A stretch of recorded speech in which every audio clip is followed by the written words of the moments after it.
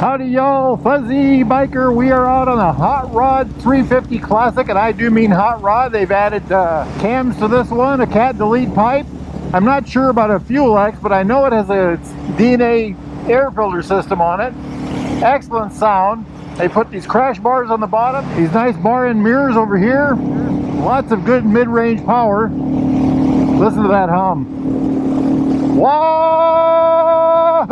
We have made our way to the site of the first train robbery in the West committed by the notorious, it says notorious right there, Jesse James and his gang of outlaws. July 21st, 1873. That was some time ago, huh? Hey, the bike is running great. This thing has just been a ball. I did 26 miles into the wind with a few hills. The nemesis of this motorcycle is the headwind and the hill, but this one handled it just fine. So this is a, well, let's start with what it is, and we'll talk about what's been added to it and why it did the hill so well. This is a 349cc single overhead cam, 2-valve, air-cooled engine. It puts out about 20 horsepower, about 20 foot-pounds of torque. That's 27 Newton meters. And it runs through a 5-speed transmission. Wonderful engine, very smooth transmission, excellent running thing. And this one's been hopped up. They put a DNA air filter in it that lets more air in, lets it breathe better. They've put cam in it, and they've also got the cat delete pipe. You can tell that by this chrome piece here. And that lets the engine breathe a lot better. And I'm believing that's why it did so well on the hills and end of the headwind. Front brake is a 300mm single disc with a dual piston Bybri caliper right there. A 190/19 front tire. Then hopping over to the back, it's got a 270mm disc with a 120/80/18 tire. The front forks are 41mm. They're behind these shields here, so they're always protected. And there's 5.1 inches of travel on the front. That's 130mm. And about 3.5 inches of travel in the back. It's a dual shock rear end on the back. And that's about 89mm. Seat height in stock form, I think this is a kind of a stock seat, is 31.7 inches. That's 805mm. Wheelbase is 54.7 inches. That is 1,389mm. Fuel tank, 3.4 gallons. That's 13 liters. And wet weight, what do you think this thing weighs? 430 pounds, amazingly. I'd like to weigh one because I just don't believe it. If you ever ride one of these, you'll see what I mean. About 195 kilograms. All right, so what else have they done to this little hot rod? Well, it's got the solo seat. It's got these nifty military bags. I've got these same bags on mine, and I love them. Moving on, I already talked about the cat delete. This is something I have on mine, the wide foot pegs. And that, I have that on 2 of my bikes. I have that on my Super Meter also. And that actually adds quite a bit of comfort. We'll talk about that on the other side here in a minute. This bike has a, looks like a oil temperature gauge. Right. Jumping over to this side, he has the heel shifter on here. And again, that works really good with the pedal. So I put my foot right about here, and I keep my heel on the shifter here and my toe on this here, and I just use that to rock back and forth. Works very well. I don't know why I don't have that on my bike, honestly. Jumping over to the front end, he's got this little visor on here that's been blacked out. I like that on this bike. And he also has the engine guards and then a sump guard on the bottom. That is an RE sump guard too. I like it. It's a very well equipped bike. It runs very well. It like I said, it does the hills and the winds pretty good for a 350, and it still maintains what I call the Zen factor. One of the things I like about my bike, and I actually call my bike the Enfield, my 350, is that it has this kind of a soothing feeling as you ride down the road. I know this is going to feel out there, but it is very relaxing. It's a very good motorcycle, and it kind of, the stresses of life kind of melt away as you ride it, you know. Let's jump up here to the dash real quick while we're at it. Speaking of Zen riding. And one of the reasons I say that and relate to the dash is when you sit on the bike, especially with a full face helmet, you really have to look down to see the dash. Now the dash is also very simplistic. It has a speedometer, neutral light, fuel light, battery light. I like the battery light. Then down here in this little area here, it has a digital fuel gauge, has a trip 1, trip 2, an odometer, and a clock. And you control this little LCD with this little button over here. So very minimal amount of information. So when you're riding this motorcycle, you just don't have to think about those kind of things. You know, it'll go 60. You can tell when you're going 60, and you can kind of feel the speed. You know, your mind is free. You know, you're just kind of relieved of that. You know, worrying about, am I driving too fast? Am I, you know, am I this? Am I that? Aren't those tiger eyes nice? I like that. Or pilot lights, whatever you want to call them. Another thing I forgot to mention: these Royal Enfield bar end mirrors. And what I would have to say about those is, if you like bar end mirrors, I do on certain bikes, I do like it on this bike, is that these are, the optics on these are just excellent.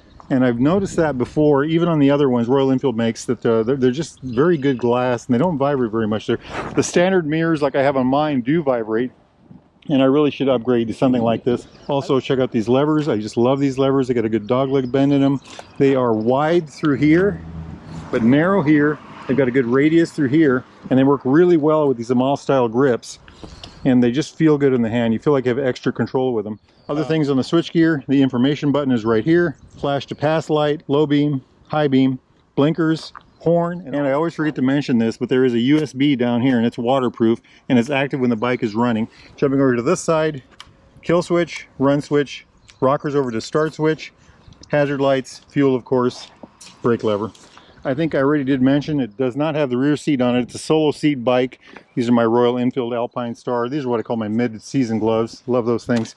But it's a very comfortable seat. One of the big things about this motorcycle for me is the styling. I love the way it looks. I often have people stop me at a gas station and ask me about it. You know, what year is it? When I tell them it's a newer bike, they, oh no, it can't be a newer bike. You know, you got to argue with them almost. Sometimes they look at me with skepticism. But it is a new bike. It's just a very good looking bike. Now let's get on this hot rod and go for a ride, and I'll tell you a little bit more about it. We've made our way to beautiful Guthrie County, one of Iowa's hidden treasures, I think. We're edging up on Springbrook State Park.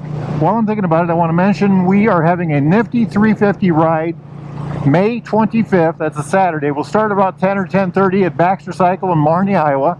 The ride's going to be probably 130 to 100, well, probably 140 to 150 miles long. Everybody's welcome. You don't have to have a 350, but it is a nifty 350 ride. I'm going to be riding my 350. Let us know if you're going to come or just show up. May 25th, about 10 o'clock, 10:30, Baxter Cycle in Marnie, Iowa. All right, the motorcycle. How is it? Well, comfort-wise, I think it's a very comfortable motorcycle. Seating position is straight up and down, but leaning forward slightly. You do have to reach to the bars a little bit, not much. Your hips and your knees are about the same height, and it looks like your heels are directly below your knees. I ridden mine about 250 miles in a day before. I don't know if I've gone 300, but it's a pretty comfortable bike. Hey, here we are, Springbrook State Park. This used to be the King Ranch, or King Farm, I guess it was. When the Kings passed on, their children donated what was left of the farm. That would be the early 1900s, 1903, 1904, something like that, to the county or the state, and it got turned into a state park. I think this is called King Creek right here, as a matter of fact. Loads of camping, lots of, it's very hilly, rugged terrain, very beautiful. A lot of CCC era work in here. There's a mess of trails up here. There's a bunch of, well, there's a bunch of cabins up yonder, but I don't think they're used anymore. Let's run up here. This is the boat ramp over here. The motorcycle's got a pretty decent suspension. How does the bike handle? Well, like in a garage or something, it's the best. I keep mine by the garage door. It's the motorcycle that's the easiest to push out of the garage and go run around and do things on. Check this out, isn't this beautiful? That is a CCC or a shelter over yonder. There's a couple other buildings like that in the park. I don't know when that bridge was built. This is a dam here that was probably built at the same time. The lake isn't that big. I think it's in the 20-acre mark. Trail around the whole lake right here. There's one end of it. You just go this way to get to the other, and then trail through the trees. There's a big staircase up there that goes over to another set of trails. Beautiful area. In the parking lot, around town, this thing is perfect. Around town, it's an ideal motorcycle. It just does that really well. Heading out of town onto 2-lane blacktop. This thing's a joy on 2-lane blacktop. And this one with the cam, the DNA filter, and the cat delete pipe is really something else. It has a significant amount more power than mine. I don't know how much value to give that. Maybe, let's say 5 or 10%. How's that? A lot of times you'll see deer up through here. The bike is a ball to take like through Iowa Luss Hills or, you know, windy roads. I like to ride it aimlessly. I like to go out and get on it when I have nowhere to go in particular and I'm in no hurry and I just want to go out and enjoy the art of there's a good way to put it. Enjoy the art of motorcycle riding. You know, the joy of shifting, the joy of handling and steering and, you know, getting the most power out of, you know, the 20-horse engine and just really just having a good time with that kind of stuff. Look at those flowers. Isn't that pretty? How about the interstate? I tend to keep off the interstate on mine. I'll go on it if I've got like less than 10 miles to go and if the wind's at my back. Now this one's been hopped up a little bit. I think I would still stay off unless the wind was at my back. This is a big loop. I came out here one day and I saw 2 pileated woodpeckers flying across this field, and the pileated woodpecker has about a 30-inch wingspan and about an 18 or 19-inch body. So when you see one, you really see something. Now see here where these areas are not mowed, there's some mounds in there and over there. Now when I was young and they told us those were Native American burial mounds, if you go on the websites now, there is absolutely zero mention of that, but they aren't mowing them. And if you don't mow something, people tend not to walk on them. So I'm wondering if that's what's going on here. Beautiful area, just absolutely beautiful area. Again, all this work was probably CCC era. So what about power? I already talked about that a bit with the on this particular motorcycle with the cam and all that neat stuff. I think it is a significant improvement over stock. I had mine for stock. I've had mine for about a year, and I finally put the CAD lead pipe on maybe a month ago, and I was just so impressed with how much it changed the attitude of the bike. Now this bike with the DNA filters and the cam on top of all that, it really has a significant amount more juice. Will I do this to mine? I'm not sure yet. I'm gonna have to ponder that. I might try the DNA filter next and see what happens. It's a great handling bike for this kind of riding for sure. You know, state park riding, it's quiet, it's good looking, it's friendly. It would be a fabulous camping motorcycle. Back here is another one of these CCC era shelters. Let's stop back here and take a look at this stuff. I can't drive back there, but I can ponder. I think there's a big water fountain back there. There's also trails that go down to the lake over here. I'm not sure if there's a trail that way. Hopped off the bike real quick. I just wanted to get another look at it. I love the way these things look. Just a gorgeous machine. And also I wanted to run over here and take a look at what they're doing. Just a fabulous, look at that thing. Isn't that just, oh, look at this, a different color on this side. I wonder what the 40 means. Anybody knows, please post below. I wanted to walk back here and take a look in this building real quick. So this was built in the 30s or 40s. Check that out. Isn't that neat? Absolutely gorgeous. They've done maintenance to it, of course. I think they re-roofed it here a while back, just recently. The concrete, of course, has been redone. Just gorgeous. There's a drinking fountain over yonder. Lovely area. Trail down to the lake. Men's outhouse over there. Of course, the modern one's this one here. But gorgeous. Beautiful. Look at that rock. This is all local stone. Probably pushed over here by the glaciers eons ago. Isn't that just a gorgeous looking building? Lovely. Beautiful place for a classic motorcycle, right?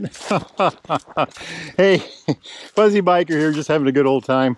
If y'all are interested in a motorcycle like this, a near used Royal Enfield, Triumph, classic British bike of any type, need parts, doodads, thingamajigs, a beautiful Royal Enfield Nervic jacket like this or gloves like these, get yourself over to Baxter Cycle in the mighty metropolis of Marnie, Iowa, or go to baxtercycle.com. Make sure you tell those fine folks that Fuzzy Biker sent you. Now, it is a beautiful day. It is a beautiful day. And I've got a gorgeous motorcycle, and I'm going to try to put a bunch more miles on that hot rod. Y'all do the same if you can. Life is good. Wahoo!